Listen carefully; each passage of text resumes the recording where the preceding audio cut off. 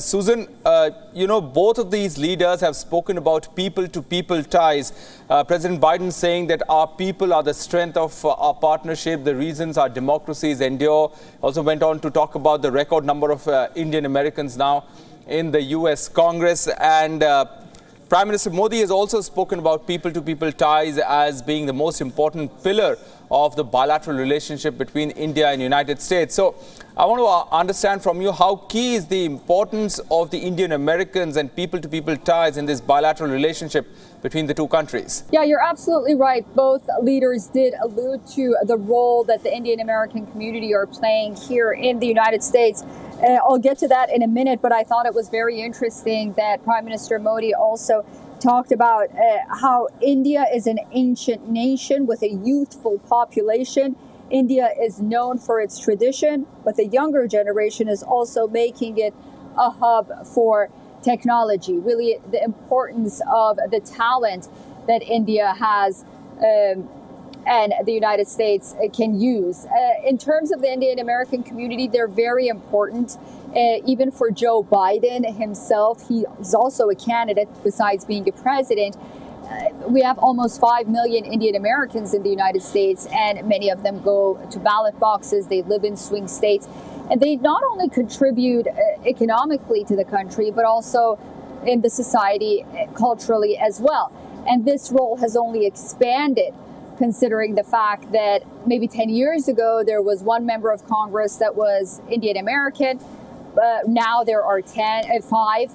And then you have Kamala Harris sitting at the helm of the vice presidency, being the first woman of color, part Indian as well. So I thought it was very interesting that not only did President Biden allude to this, but again, Prime Minister Modi said that the Samosa caucus looks like it's the flavor of the day here in Washington, D.C. Of course, that being the informal grouping of Indian Americans who are either part of the House of Representatives or Senate. And this term was coined a few years ago, and we just see it expanding. So yes, in politics, and when you have Indian Americans in that category in Washington on Capitol Hill, then they also, of course, speak for the interests and lobby for the interests of other Indian Americans. And of course, not only the diaspora, but relations with India back home as well. So they can't be underestimated in this big umbrella of a friendship and relationship that we've been talking about. They also play a very crucial and key role. And I think both leaders know that, even if President Biden is thinking about his domestic audience, he knows that in the long run, it's beneficial for both sides. Interesting. Susan, stay with us. Raymond Vickery, let me come back to you. Let's talk about Pakistan. Now, in the joint statement issued by the two nations after those talks, they have strongly condemned cross-border terrorism and the use of terrorist proxies and called on Pakistan to take immediate action to ensure that no territory under its control is used for launching terrorist attacks. Now, the question that often gets asked is the United States doing enough to crack down on Pakistan or hold Pakistan to account for the terrorism it exports? Well, I don't think we are doing enough, but we're doing a lot more than we have historically. And we have completely decoupled the relationship between the United States and India from the U.S.-Pakistan relationship. The U.S.-India relationship stands on its own. After the 11/26 attacks in Mumbai, the United States was very active in terms of sharing of intelligence. While you can say, yes, there should be done more, I think one of the most remarkable things of this visit, even though it's in the joint statement and even though there are prescriptions on both sides to fight terrorism from wherever it comes, the relationship and the discussions have not been Pakistan-centered. In a way, India has so far surpassed Pakistan in terms of its stability, its sophistication in the world, that it is no longer an existential sort of threat. It is absolutely true that we need to work even closer together.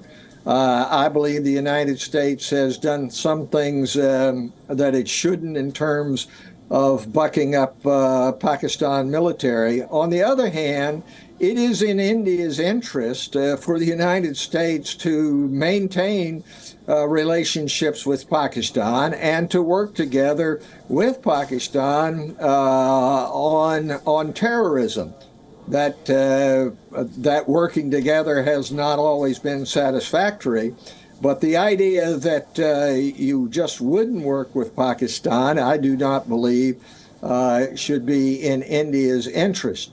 One of these days, we'll be able to get to a point, I believe, where there is agreement between those who are running Pakistan and the rest of the world that what they have been doing and the kind of allowing at least, but actually promoting at worst cross-border terrorism can be a thing of the past. But it's something that the U.S. and India now it's central to the relationship. Central in the sense that there's no question that the U.S. and India need to work together on terrorism. From Pakistan or wherever it comes from. The only question is how best to do it and how much resources to put in it. And I think that this is a sea change. Sir, I also want to understand, there's strategic interests and then there are business interests as well, and business relationship between the two countries. Now, Prime Minister Modi spoke about ICET, Initiative for Critical and Emerging Technologies, as a key framework of the ties between the two countries. He's also spoken about futuristic collaboration and increased partnership in AI, semiconductors, space, quantum and telecom. How do you see this business ties between the two countries evolving going further? Well, I think as a former Assistant Secretary of Commerce who was there at the beginning when India dismantled largely its license Raj, that the economic ties have been central as a driver in bringing the United States and India closer together. They're not the whole story by any means. Values, mutual concerns about China and so forth. But the economic portion of the relationship is extremely important. And that's the reason that you've seen the emphasis on chip manufacturing, collaboration on that, breaking through some of the bureaucratic problems that have restrained the kind of cooperation we ought to have economically. That has gone forward over a period of years. You may recall that for years, India was reluctant to enter into what we call the foundational documents, and that is in terms of the security of the information, where it's used, where it goes. Now those hurdles are over, and we are ready to enter a new era. And I believe, just as in the 1990s, that the economic relationship will be a driver. But there's a long way to go. If you look at U.S.-China trade as compared to U.S.-India trade, the U.S.-China trade is about 5 times the amount of the U.S.-India trade. So there's a lot that can be done. As you know, Secretary Raimondo, the Secretary of Commerce, was out and talked about a supply line in shifting some of what is going on between the U.S. and China to U.S. and India. I think that's altogether appropriate, but it's going to take a lot of work on both sides to fully realize the value of the economic relationship.